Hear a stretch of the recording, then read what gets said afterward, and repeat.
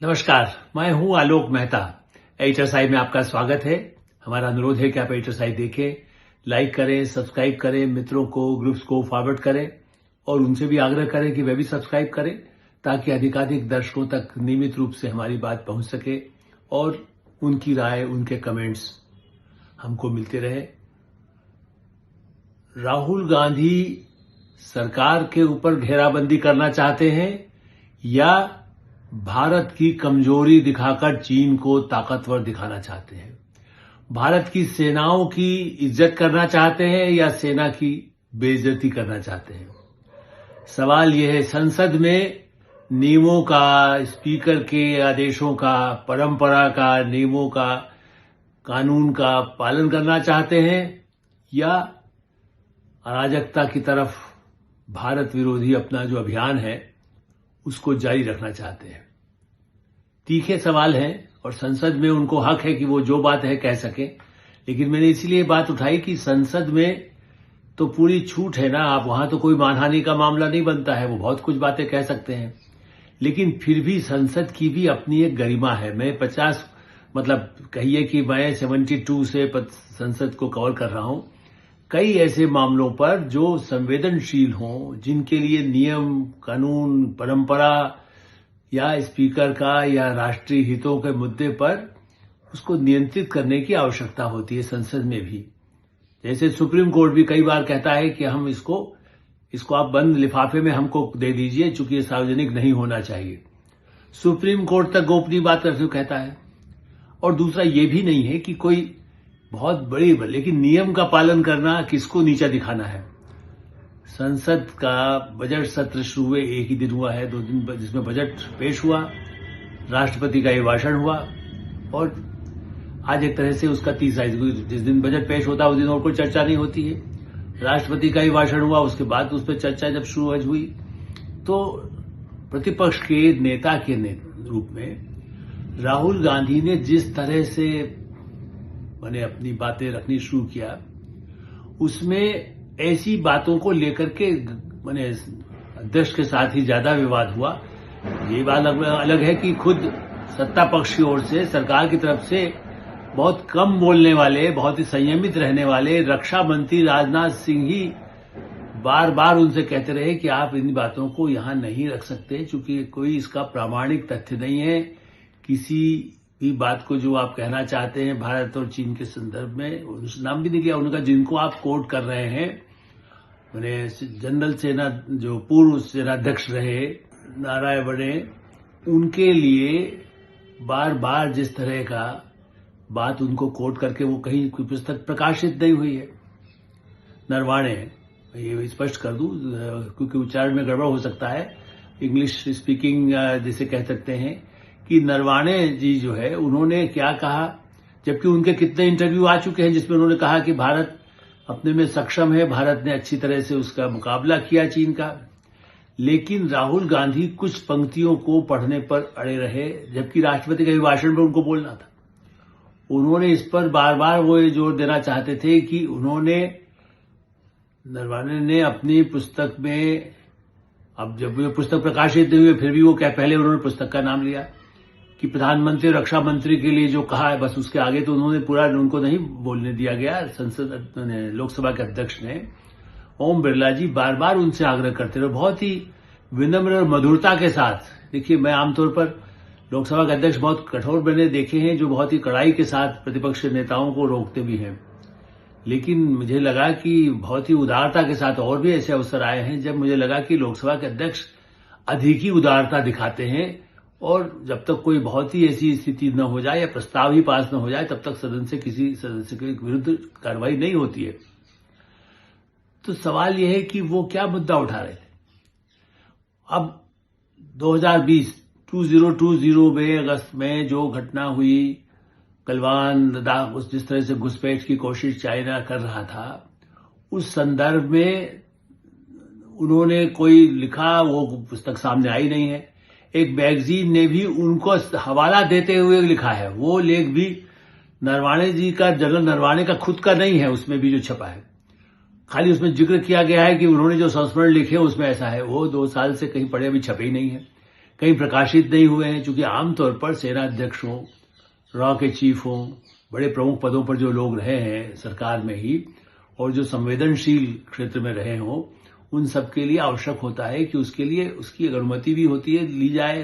प्रकाशक भी उसको 10 बार उसकी परमिशन लेने के लिए कोशिश करता है।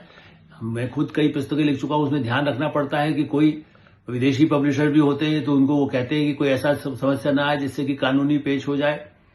मैंने बड़े प्रकाशक ब्रह्मपुरी ने भी मेरी किताबें और प्रकाशक भारत के प्रकाशकों ने छापी, वो तो कहते ही रहे। उससे अधिक जो अंतर्राष्ट्रीय प्रकाशक है वो भी सुनिश्चित करते हैं कि प्रामाणिक तथ्यों को सामने रखा जाए। मैं सब भूमिका इसलिए बता रहा हूं कि मुझे लगा कि राहुल गांधी चाहते क्या। मैंने सदन की कार्रवाई कुछ नहीं चल पाई, पूरे दिन उसी चक्कर में पहले खाली यही होता रहा कि साहब इस पर बोलने दीजिए, नहीं बोलने दीजिए, कार्रवाई फिर स्थगित हो गई। तो ये जो आधार है और उसके पीछे की जीत क्या है, मान लीजिए उन्होंने 4 लाइन या 6 जो भी बातें हैं कुछ ऐसी टिप्पणियां की हो, उस पर बात होना चाहिए, या पूरे संदर्भ में भारत की रक्षा सेनाओं ने किस तरह से निपटे। अब यहां दूसरा सवाल है, यदि वो रक्षा मंत्री प्रधानमंत्री पर जो सवाल उठा रहे हैं और यदि जो हम लोग जो पत्रकार उसको देखते रहे हैं कि मैगजीन में भी छपा या दूसरे पत्रिकाओं में कोई सी टिप्पणियां आई हो, ये सही है कि जनरल नरवणे ने कभी सरकार के बारे में, भारत सरकार के बारे में कोई टीवी इंटरव्यू वगैरह जितने दिए या जो वो बातें बोली उसमें कहीं कोई आक्षेप सरकार पर नहीं लगाया। अब संस्मरणों में किसी घटनाक्रम में यदि कहीं कोई जिक्र या किसी और उनके सहयोगी ने किया हो तो उसको लेकर हवाला देकर ये दिखाना कि देखिए सरकार ने उनके बीच में तालमेल नहीं है, मैंने भारत की रक्षा की कमजोरियां साबित करना। अच्छा, यदि मान लीजिए ये कहा जाता है कि साहब भारत सरकार ने या मैंने प्रधानमंत्री, रक्षा मंत्री या सुरक्षा सलाहकार या जो सरकार के वरिष्ठतम लोग हैं उन्होंने कितनी देर में अनुमति दी आगे का भारत की सेना को कार्रवाई करने के लिए। सवाल ये है कि जब ये बार बार सिंदूर ऑपरेशन में या और जितने ऑपरेशन हुए हैं इससे पहले भी, उसमें प्रधानमंत्री ने सार्वजनिक रूप से भी कहा है और सेना के और प्रमुख अधिकारियों ने, सेनाध्यक्षों ने माना है कि प्रधानमंत्री ने सत्ता में आने के बाद जो मीटिंग्स करते रहे, नरवणे ने भी लिखा है कि जब मीटिंग बुलाई तो उन्होंने बार बार वो यही कहते थे कि ठीक है, हम सेना पर भरोसा है, हमको सेना की निर्णय वो खुद तय करे। अभी भी प्रधानमंत्री का एक भाषण हाल पिछले दिनों हुआ नरेंद्र मोदी जी का, उन्होंने बाकायदा ये स्पष्ट किया कि हमने सेना को पूरा इसीलिए, चूंकि सेना ही देख सकती है कि हमें सिंदूर ऑपरेशन में कहां तक जाना है, कितनी तैयारी करना है, या और कोई ऑपरेशन होता है आतंकवाद से लड़ने के लिए होता है तो उसमें क्या करना है, चीन की बॉर्डर पर लद्दाख में हमें क्या करना है, हमें पूर्वोत्तर में क्या करना है, हमें बांग्लादेश की सीमा पर क्या करना है, श्रीलंका सीमा पर क्या करना है। और इसीलिए चीफ ऑफ डिफेंस स्टाफ भी बनाए गए हैं। ये सही है कि भारत में जनरल भागवत जिस समय रहे एयर के नेवी के भागवत साहब, उन्होंने भी कुछ बातें ऐसी उस समय थी, उसको लेकर विवाद हुआ था। तो कुछ सेना के प्रमुख भी कई बार ऐसे विवाद उठ सकते हैं, ये भी हम मानने को तैयार हैं। लेकिन चूंकि राहुल गांधी पहले भी एक बार पिछले वर्षों में, हम इसकी चर्चा में पहले भी अपने कार्यक्रमों में, लेखों में करता रहा हूं कि वो कहते रहे 2000 किलोमीटर चीन घुस गया, इतने किलोमीटर अंदर आ गया। भाई क्या मतलब, वो वहां से दिल्ली और लखनऊ वहां तक पहुंच गया क्या, या किसी चंडीगढ़ के आगे आ गया, क्या हुआ है? माने कितने किलोमीटर उनको अंदाज नहीं होता कि चीन इतनी दूर घुस जाएगा। क्या भारत आगे हमारी सेना देखती रहेगी? पहले भी उसी तरह उनके कई सहयोगी इसी तरह से जो गैर जिम्मेदाराना वक्तव्य देते रहे, इसलिए ही राहुल गांधी की इस टिप्पणी पर भी आपत्ति होना स्वाभाविक थी कि भाई ये जो कोई ऑथेंटिक नहीं है। आप उसके बजाय राष्ट्रपति के भाषण पर, अंतर्राष्ट्रीय नीति पर, रक्षा पर, देश पर, जो राष्ट्रपति के भाषण में पूरे देश की जो समीक्षा, एक तरह से आर्थिक समीक्षा भी होती है और सरकार ने जो कदम उठाए हैं पिछले वर्षों के दौरान उसमें क्या प्रगति हुई है दुनिया की अंतर्राष्ट्रीय परिस्थिति में या राष्ट्रीय परिस्थिति में, उस पर चर्चा होती है राष्ट्रपति के भाषण पर। दूसरे ये ठीक है कि कांग्रेस के लोग कई बार ये कह देते हैं कि भाई देखिए कौन राजभक्त है, हम ज्यादा बड़े हैं या कांग्रेस के हैं। ये सही है कि तेजस्वी सूर्या जो भारतीय जनता पार्टी के नेता सांसद, उन्होंने भी कुछ आज टिप्पणियां की कांग्रेस को लेकर के, कांग्रेस नेताओं को लेकर के। तो उसके जवाब में लेकिन लगता ऐसा है कि उसकी पहले से तैयारी थी, क्योंकि जो कागज वो बार बार दिखा रहे थे, जिस पत्रिका की फोटोकॉपी, अब उसमें किसका लेख, उसमें जनरल नरवणे का लेख नहीं है, जनरल नरवणे के किताब का संस्मरण उसमें नहीं है, उसमें उसका हवाला दिया गया। अब देखिए जबकि संसद में परंपरा है कि आप ऐसे कोई आरोप लगाने से पहले उसका ऑथेंटिकेशन कहें कि हाँ मैं इसकी जिम्मेदारी ले रहा हूं, ये दस्तावेज है। आमतौर पर दस्तावेज ही सदन में रखे जाते हैं। तेजस्वी सूर्या ने तो या और भी जो सांसद बोलते हैं वो यदि राष्ट्रपति अभिभाषण में पहले वर्षों में क्या कहा गया और अब क्या कहा गया, या उसको आधार जो संसद के ही डॉक्यूमेंट्स हैं या भारत सरकार के दस्तावेज हो, सीएजी की रिपोर्ट हो, उसका हवाला देते हैं। मैं इसको सरल ढंग से इसलिए पेश कर रहा हूं कि संसद की जो परंपराओं को समझते हैं वो और उसको स्पष्ट करना सामान्य दर्शकों के लिए आवश्यक है कि किस चीज पर। डेमोक्रेसी में आप संसद में सब बातें उठा सकते हैं, चिंता व्यक्त कर सकते हैं कि हमारी सीमा पर सुरक्षा कैसी हो रही, उसका जवाब लिया जाता है। रक्षा मंत्रालय पर चर्चा हो, कोई बात नहीं है, उसमें कितनी सरकार बताना चाहेगी भारत की संवेदन स्थितियों को लेकर के। और रक्षा के क्षेत्र में भी देखिए, सेना के ऊपर राष्ट्रपति, वैसे देखा जाए तो हमारी जो भी देश के राष्ट्रपति हैं वही सेना के भी सर्वोच्च कमांडर भी होते हैं, लेकिन वो एक औपचारिकता है। असली काम सरकार के ही, हमारे यहाँ डेमोक्रेसी है, उसमें निरंकुश तानाशाही सेना नहीं है जो खुद कहीं जैसे पाकिस्तान में होता है सैनिक तानाशाह बन जाते हैं, कई और देशों में इस तरह की स्थितियां रही हैं।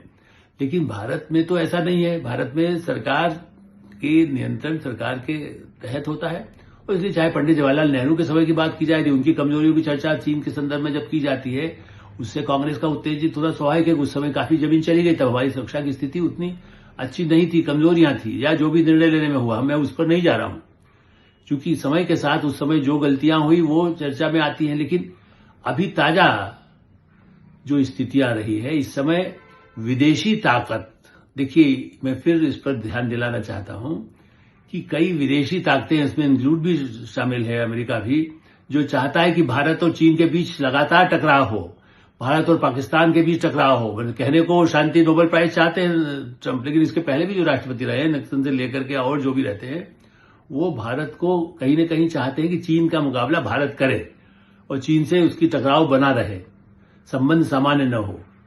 चीन भी कतई नहीं चाहेगा कि भाई आप अमेरिका या उनके साथ रहें। रूस भी एक समय में कुछ हद तक अमेरिकी प्रभाव न रहे। ये सब पड़ोसी देश हमारे साथ कर सकते हैं, और हम भी वैसा ध्यान रखते हैं कि हम सबके साथ, भारत जैसा मैंने कहा कि वर्षों से बड़े बड़े विदेश सचिवों के साथ, रक्षा प्रमुखों के साथ, रक्षा सचिवों के साथ, विशेषज्ञों के साथ, मंत्रियों के साथ, प्रधानमंत्रियों के साथ मुझे बातचीत के अवसर मिले हैं। कभी प्रेस ग्रुप समूह में मिले हैं, कभी अकेले भी बात करने के मौके मिले हैं, और उसमें यह स्पष्ट होता है कि भारत के हितों को सर्वोपरि रख करके सरकार काम करती है, और सेना के साथ जब आवश्यक होता है टकराव ना आए। रक्षा की खरीदी के मामलों में सेना पर निर्भरता होते हैं। तो यदि भारत सरकार ने कहा कि आप जो भी फैसला है आप खुद करें, अब उसका आप दोष देने की इतनी देर में, इतने मिनट बाद बताया गया, ये किया गया, कोई उसको थोड़ा सा बढ़ा चढ़ा करके पेश कर दे बाद में अपना ही वो करने के लिए, या ऐसी कोई स्थितियां रही भी हों, तो उसको सदन में कब किस ढंग से चर्चा की जाए। क्या इसका मतलब, मैं यही फिर से दोहराना चाहूंगा, चीन से भारत कमजोर दिखाई दे, चीन से करने में भारत सरकार कमजोर दिखाई दे, या भारत सरकार चाहे जो डेमोक्रेटिक प्रधानमंत्री हो, सरकार हो, रक्षा मंत्री हो, गृह मंत्री हो, उनके साथ सेना के टकराव हो कि देखिए ये सेना की बात नहीं मानते या सेना इनकी बात नहीं मानती। तो दुनिया में ये संदेश देना चाहते हैं राहुल गांधी। मैंने इसलिए सवाल उठाया कि देखिए अमेरिका की पारदर्शिता भारत की तुलना नहीं की जानी चाहिए। अमेरिका में ट्रंप पर कौन सा किसका नियंत्रण होता है, वो जिस तरह कभी ईरान पर बम डाल देता है, कभी जाकर के रूस के साथ लड़ने के लिए यूक्रेन को करता है, कभी वियतनाम पर 17 साल लड़ाई उसने किया, बाद में उसको खुद हारना पड़ा। अफगानिस्तान में उसने क्या किया, ओसामा बिन लादेन को वहां पर जाकर के मारने में क्या किया, वो सब उसकी अपनी चीजें हैं। भारत यदि कोई कार्रवाई करता है, देखो हमने रुकवा दिया वरना युद्ध हो जाता, परमाणु युद्ध हो जाता, उसका श्रेय ट्रंप लेने लगते हैं। तो अमेरिका हो या पश्चिमी देश हो, वो हमारे मित्र हैं, लेकिन उसके साथ उनकी मित्रता की एक सीमा है। वो चाहते हैं कि चीन एक बड़ी ताकत है तो उसका मुकाबला भारत करे, उससे लड़े, रूस से भी उसके साथ अच्छे संबंध रहें, रूस से भी व्यापार न करे। देखिए तेल के मामलों में भारत को रूस से तेल लेता है, उस पर कितनी बार अंकुश लगा के धमकियां दी गई। ईरान के साथ हमें इस समय तो स्थगन करना पड़ा, अभी फिलहाल कुछ समय के लिए कुछ और विकल्प देखने पड़े। अब कह रहा है वेनेजुएला से आप ले लीजिए। तो अमेरिका की दादागिरी, विदेशी ताकतों का भारत और चीन के बीच टकराव, या भारत सरकार, लोकतांत्रिक सरकार और सेना के बीच में मतभिन्नता दिखाई दे, टकराव दिखाई दे, इसको क्या प्रतिपक्ष के नेता रेखांकित करके भारत को ताकतवर बनाना चाहते हैं, या भारत को कमजोर करना चाहते हैं? मेरा सवाल सिर्फ यही है। राहुल गांधी जिस परिवार के हैं, उनको जिम्मेदारी के साथ, वो प्रतिपक्ष के, वो सभी दलों के हैं। ठीक है, मैं खुद एज ए मीडिया पर्सन में कहूंगा कि हाँ, पारदर्शिता हो। हम कई जनरल के हम इंटरव्यू किए हैं, एयर चीफ मार्शल्स के किए हैं, या उनके छापे हैं दूसरे हमारे सहयोगियों के, डिफेंस के बड़े अच्छे अच्छे पत्रकार रहे हैं हमारे देश में और आज भी हैं। तो रक्षा के संबंधी जो बहुत अच्छा हमसे ज्यादा जानते हैं। मैंने भी एक तरह से जब आर्मी के लिए आवश्यकता होती है तो स्पेशल पत्रकारों के लिए कोर्स रहा है पहले, और जब मैं नोवार टाइम्स में काम करता था तो उस तरह से बाकायदा उसका एक कोर्स मैंने किया कि डिफेंस को कवर करने के लिए क्या क्या सावधानियों की आवश्यकता होती है। तो इस दृष्टि से मुझे ऐसा लगता है कि भारत में लोकतांत्रिक व्यवस्था पारदर्शिता के साथ एक जिम्मेदारी पत्रकारों की है, देश के सेना की है, देश की सरकार की है। और ये तो सही है कि जो डॉक्यूमेंट्स होंगे वो आते हैं 30-30 साल बाद निकल कर आते हैं, या जनरल्स भी अपनी बातें कहते हैं, सस्पेंड लिखते हैं, सारी दुनिया में लिखते हैं। कई पत्रकार ये मानते हैं कि जब उन्होंने लिखा उनको क्यों नहीं आना चाहिए, वो आए। ये नियम कानून से ही होगा, और पत्रकार भी कुछ करते हैं तो क्या मानहानि के मामले नहीं बन जाते हैं। इस दृष्टि से मुझे लगता है कि बहुत दुखद एक तरह से टकराव की स्थिति है सत्ता पक्ष और विपक्ष के बीच, और बल्कि सेना और सरकार के बीच एक टकराव पैदा करना भारत विरोधी ताकतों की अप्रत्यक्ष रूप से प्रत्यक्ष रूप से जो कहें मदद करना जैसा होगा। HSI में विराम देते हैं। आप HSI देखते रहें, लाइक करें, सब्सक्राइब करें, मित्रों को, ग्रुप्स को फॉरवर्ड करें, और आपकी कोई राय हो तो हमें अवश्य अवगत कराएं। धन्यवाद, नमस्कार।